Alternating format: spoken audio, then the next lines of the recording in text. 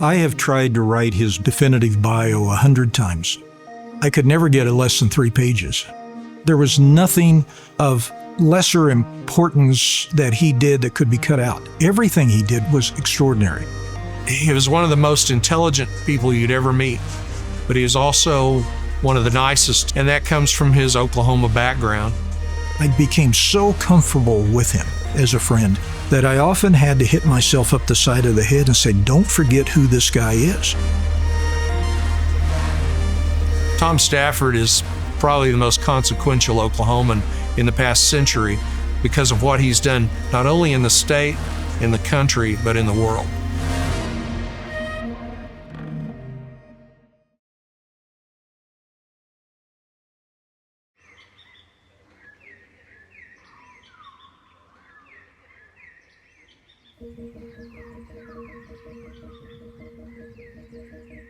There's a line that goes north and south right through Oklahoma City that's really followed by I-35 interstate. When you look at satellite photos, you can see an extraordinary difference between what's on the east side of I-35 and what's on the west side. And it has to do totally with precipitation. In fact, even in Oklahoma City, you can go over on the east side of Oklahoma City and it's all trees and lush. And the west side, it looks like western Oklahoma. It's almost a desert. Weatherford itself is a traditional Great Plains town. Just good, common folk that worked hard, developed businesses, and really didn't care what other people thought. Tom Stafford's mother came to Oklahoma in a covered wagon as a young girl, and they settled in the Weatherford area. Tom Stafford's father got his training as a dentist back east, and he came to western Oklahoma, and from that marriage, they had one son, Tom Stafford, and the encouragement that he received from his parents and the intelligence that he inherited took him to the moon and beyond. Growing up, Tom Stafford was really good at mathematics. It was, in fact, a math teacher who encouraged him to go to the Naval Academy. He was very physically active, working in cotton fields, and then he was like captain of the football team. And, you put the intelligence together with the academia and the athletic part, you produce an astronaut. He loved the sky because he grew up under this gorgeous sky we have in western Oklahoma, and looking out there and just wondering what else is out there. You can't go out and sleep under the stars without just having a total fascination of how beautiful the sky is and the wonders and the mysteries that are setting out there. It's the same thing of why Tom became fascinated with flying. One of the very first transcontinental flights used Route 66 as its navigation. That was before GPS, and so they'd look down and see the road, and that's what they would travel as their navigation. And of course, Route 66 goes right through Weatherford. Tom Stafford would look up at the sky from that main street, and he would see a DC-3 airplane fly overhead, big silver bird, and it came over the same time each day on its route. And he loved that. And he would think to himself, I want to fly someday. I want to do that. There's something magical about little towns like Weatherford's throughout this country, and the unbelievable advantage that growing up in one gave people. A lot of people think it's a disadvantage, when in essence, I think it's a total opposite of that. It's a great life growing up in a small town. Most astronauts, first and foremost, are pilots. They came from flight testing, whether they were military or civilian. And Tom Stafford was no different. The ultimate records for a test pilot is to fly higher than anyone's ever flown before or fly faster. The Air Force had the hottest airplanes in the world. They were the ones building the new fighter jets, supersonic aircraft, and so on. And he wanted to be on the leading edge of that. And so he went to the Air Force. They immediately saw his skills as a pilot. He was a natural pilot.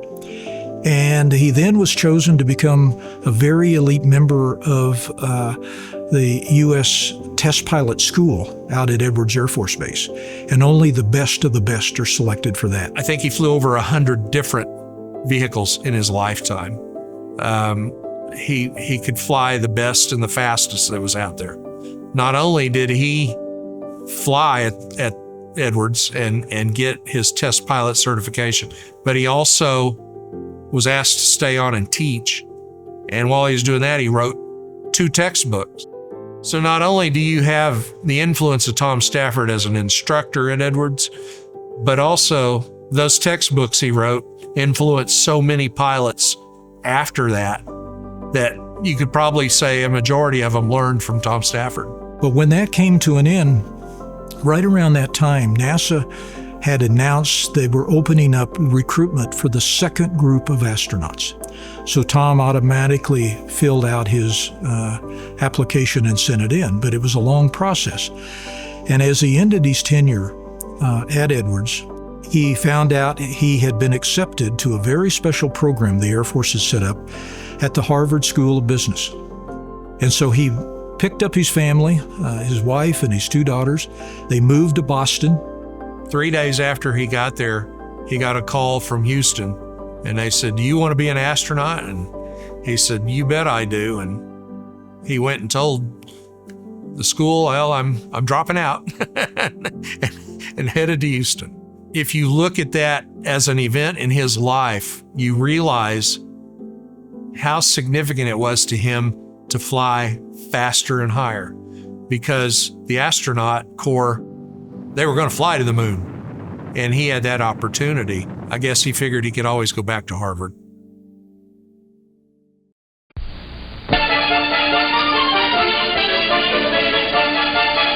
Today, a new moon is in the sky, a 23-inch metal sphere placed in orbit by a Russian rocket. Here, an artist's conception of how the feat was accomplished. When Sputnik, the Soviets' first satellite, the very first satellite ever went into space, when that launched, it scared everyone because this was flying overhead. You are hearing the actual signals transmitted by the Earth-circling satellite. You had no way to stop it, and you had no way to know what was on board. Could they drop nuclear weapons from space? Basically, what the Soviets were telling us is, we're up here, you're not. We control the high ground now, you don't. And this could have just as easily been an atomic bomb, and you can't do anything about it. We were used to having comfort here in our own home country. Well, when Sputnik and the other satellites flew overhead, everyone started feeling a lot more uncomfortable because they realized the threat was there, and it was here over our own home territory. Then when Kennedy came online, even though we were still greatly behind the Soviets in space, he put out a challenge to Soviet Premier Khrushchev and said, let's prove to the world who has the best civilization, who has the best technicians, the greatest brain pool, the greatest economy. We choose to go to the moon in this decade and do the other things, not because they are easy, but because they are hard. Because that goal will serve to organize and measure the best of our energies and skills. Because that challenge is one that we're willing to accept, one we are unwilling to postpone, and one we intend to win. It was at that time absolutely an impossible goal. We only had 15 minutes of flight under our belts when he did that. It had happened just weeks before. But he knew through his advisors and his own feelings that it was the one thing we had the chance to beat the Soviets on. To get to the moon, there were 3 programs that we flew missions on. The first program was the Mercury program. This was strictly to get us into space. It was the competition with the Soviets. Once President Kennedy decided we needed to go to the moon, that's when the Gemini program was created. We needed to prove things out. The 3 things that they had to figure out on Gemini to get them to the moon. Number 1, could a human endure 2 weeks in space, which was potentially how long a flight to the moon could take. Secondly, most critically, is could they figure out the complexity of how to rendezvous and dock with another spacecraft in orbit? But then finally, The third thing they had to figure out, is it possible to create the equipment to put on an astronaut, like a suit, that would allow them to go outside of the safety and protection of their spacecraft and survive? Each mission built toward those, and they were able to resolve every one of them. But the most important was what happened with Tom Stafford and Wally Schirra on Gemini 6. And that was attempting the very first rendezvous in space. We're very fortunate today to have a man with us who knows as much, in fact, more about rendezvous and docking than just about anybody else in the world or in the universe, and that's Colonel Tom Stafford. Colonel Stafford was in the Gemini program and flew not only the first rendezvous mission, but he flew 4 of the 10 rendezvous in the Gemini series. And Tom Stafford is kind of Mr. Rendezvous.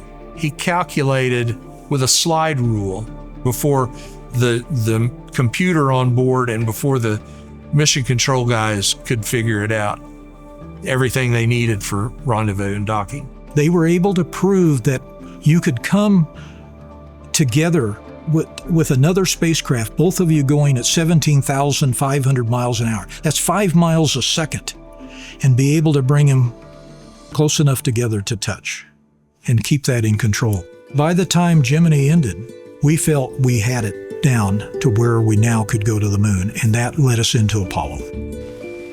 Apollo 10, man's second journey to orbit the moon, was a full-scale rehearsal of all of the activities required to land men on the lunar surface, except for the actual landing, which is scheduled for the next Apollo mission. To carry out the detailed objectives of this mission, the command pilot, Thomas P. Stafford, had flown on 2 Gemini missions.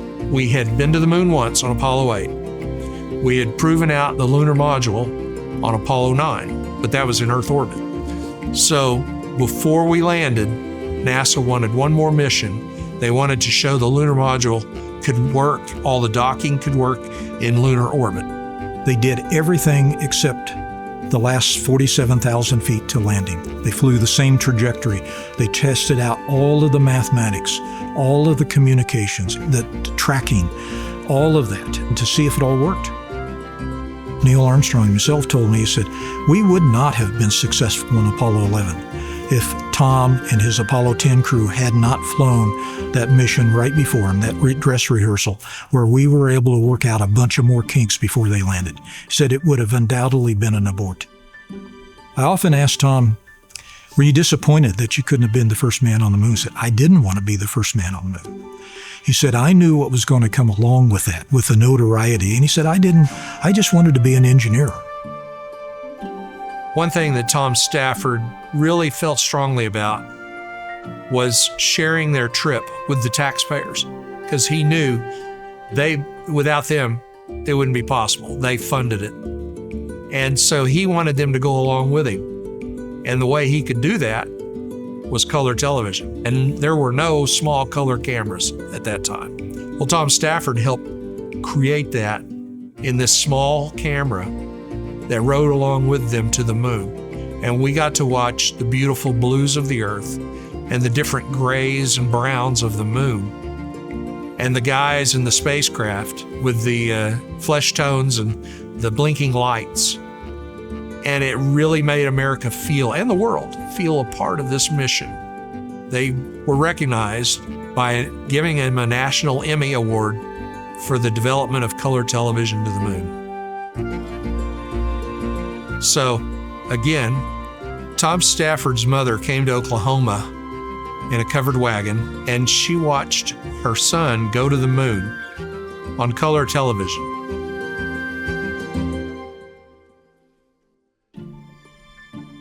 In the pre-dawn hours of May 26th, Apollo 10 entered the Earth's atmosphere as planned over the Pacific Ocean.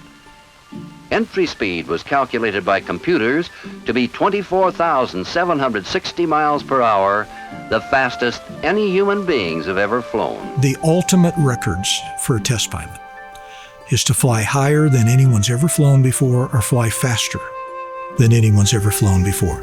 And he achieved both of those goals on Apollo 10 that he commanded to the moon. When they came back on re-entry, Tom and his crew of Gene Cernan and John Young hit the highest speed that any human had ever reached. But they also ventured further away from the Earth than anyone had ever ventured.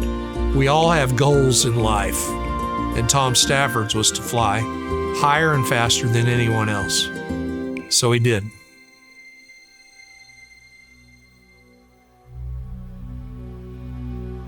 Tom Stafford was primarily known for his astronaut career, but what most people don't know about Tom's career is what he did after he left NASA.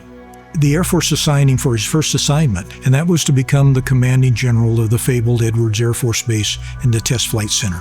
So now all of a sudden he was in charge of that extraordinary, one of the most important military bases we had, where they were testing all the new airplanes. He oversaw the final testing and bringing into production inventory the F-15, the F-16, the A-10, the B-1 bomber, the predecessor of the C-17 cargo airplane, and he was there when the shuttle was doing its altitude and landing tests. To him, it was a dream job. But it was really in many ways a cover for what he was really doing. What most people didn't know was that at the same time, Tom was also made the commanding general of a little area out in the Nevada desert called Groom Lake. We better know it as Area 51. During that time, he saw the initial small demonstration of a little-known technology called stealth. And he instantly visualized what this could do to the science of warfare. And it became his goal to make it happen.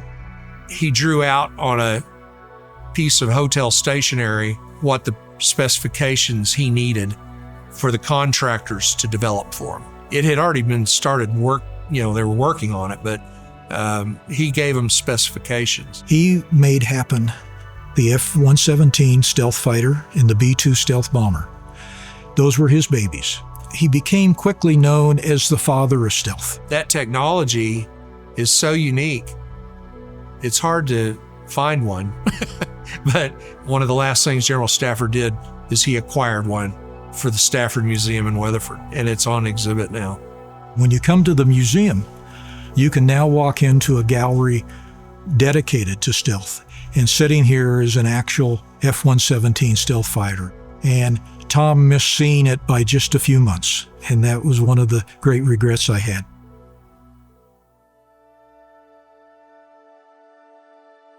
A great example of what he gave back to this nation is one of the greatest scientific instruments that were ever created by humans was the Hubble Space Telescope. What most people don't realize, none of those pictures would exist today if it wasn't for Tom Stafford. Because when the Hubble was launched, it was launched with a serious flaw in its mirror and a $16 billion piece of hardware, and they couldn't focus it. They brought in people from all over and they couldn't find a solution. How do you service that once it's up in space? And so Dan Golden, the NASA administrator, said, the only guy I think that's capable of figuring out a solution is Tom Stafford. So General Stafford came in as a volunteer. He chaired a committee for a couple of years. He was given a lot of power, a lot of money, and they figured out a solution to how to go up and repair the Hubble with essentially a set of corrective optics. And we have the backup to what is called the CoStar here in our collection. It's been out there for more than 30 years, sending back some of the most extraordinary pictures of the universe. In about 1980, I get a phone call one day, and it was Tom Stafford. And he said, I'm helping develop a new museum down here in Oklahoma City, which turned out to be what they called Kirkpatrick Center. They had a lot of little museums in it, including the famous Omniplex.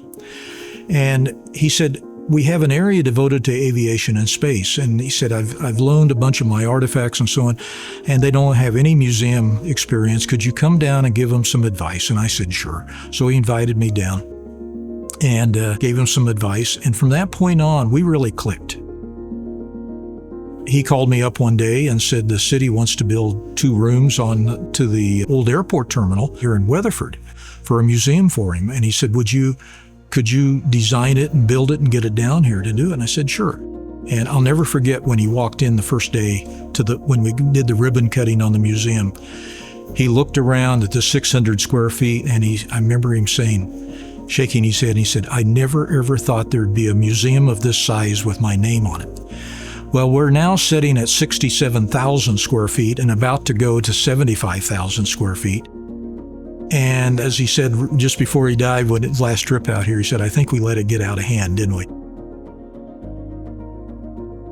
People underestimate what's in Weatherford, Oklahoma, and they just stop by, hey, I saw an Air and Space Museum, sounds cool, let's go check it out for 30 minutes, and they get here and they spend 3 to 4 hours.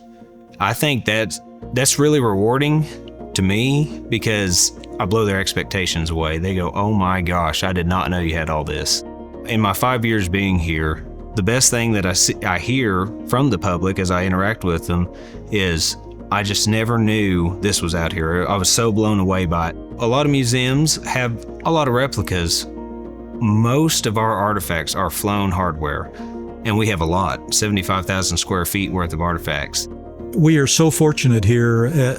Again, a lot of people don't realize it, but we're an official Smithsonian affiliate. And so because of that, we have things like the actual flown Gemini 6, one of the most historic spacecraft in American history, sitting right here behind me. Next to it is sitting one of the actual Titan II rockets that lifted all the Geminis in space, and there's only 3 of these left in the world. General Stafford, yes, he did all these amazing things. He really pushed boundaries. He's set and broke records. He still has the fastest human flight record. Who can say that? But he was very humble. He loved Weatherford, Oklahoma, and Route 66 was a major part of that. Even now, most of our international tourism comes from Route 66. They're going by, hey, Air and Space Museum, let's stop by and check it out. So we get people from all over the world that come out here and check out our museum, and I've not had a complaint yet.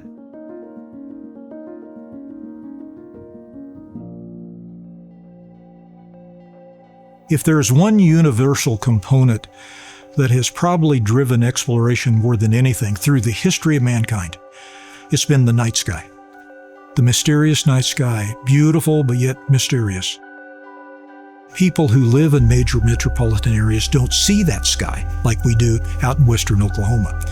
And the wonder of it and the mystery of it may not have been there. And so planetariums started bringing the sky in its full majestic nature to people who couldn't see that sky. Almost every astronaut that has ever gone to space got their start in a planetarium because it ignites that love, that curiosity of wanting to learn more, what's out there, the unknown. And what better place to springboard that wonder, that drive, than in a planetarium that can help you answer those questions and move to the next step. Admiral John Kirkpatrick built the very first planetarium in Oklahoma, and it was on the state fairgrounds in Oklahoma City, and it brought thousands and thousands of people and school kids in. That became their great childhood memory of going to the planetarium and seeing this majestic night sky they couldn't see before. The fact then they went into a second generation of that planetarium at the Kirkpatrick Center that's been there for 40 years or more, that they just finally closed down. And now this third generation is setting us up for a couple of more generations of people being able to come in and look up and go, wow, I didn't realize that's what's out there. With the new equipment that we have and the new star ball that we have in the middle of our dome, it provides sort of a contrast and a view of the night sky that is unlike anything that we had before, and it looks just about as close to the real thing as you can get. There are only a few planetariums in the world that are using this exact equipment that we have here in this dome with this many projectors, and the other 3 that I can think of off the top of my head are not even in the United States. The planetarium truly is for everyone. There's a moment in our planetarium when you bring the lights down and the stars come up, and that moment you hear a gasp. And when we take that moment and we remove the light pollution and you see a true dark night sky, that is where you got them. You hear the deeper gasp of, whoa. Whether it starts in a planetarium, a science museum, or even just a special teacher that took time, we can play a role in the next generation of making a difference, a real difference for the quality of life that we have moving forward. I never thought we would have something of this level in Oklahoma. It's a wonderful tool and a wonderful resource that we get to provide the community, and I'm just incredibly excited to be able to share that. And I know that I'm certainly very proud, but I think we all should be. When I speak to school groups, especially the younger students, I'll ask them to look on a map of Oklahoma and tell me where Enid, Oklahoma is, where Bethany, Oklahoma is, where Sand Springs and Okemah, and where's Weatherford. And then I tell them, those are towns that astronauts were born in and grew up in. You're looking at small towns in Oklahoma just like yours. You can kind of see in their eyes a realization that I don't have to grow up on the East Coast, West Coast, big town. Where I'm growing up is as important as those big cities. We're in the Artemis generation now. The Apollo was an amazing feat of human ingenuity, but this Artemis is going to be pushing barriers that Apollo didn't. And so one thing here at the museum, we have our STEM Engagement Center that's under construction currently, revamping and expanding upon. I really want to be that one thought or one experience that a child has that can come in and say, that was the pivotal moment where I chose air and space. That's where I wanted to go to Mars. Tom said, keep that fire burning and have this museum do whatever it can to inspire, to show them why it's important to do all of this work. And so that's what we're striving to do here. When we talk about Tom Stafford and we look at all the amazing accomplishments, to do that while threading the Oklahoma standard is truly magical. It is special, and it is something that every student in Oklahoma can look up to and see themselves a part of.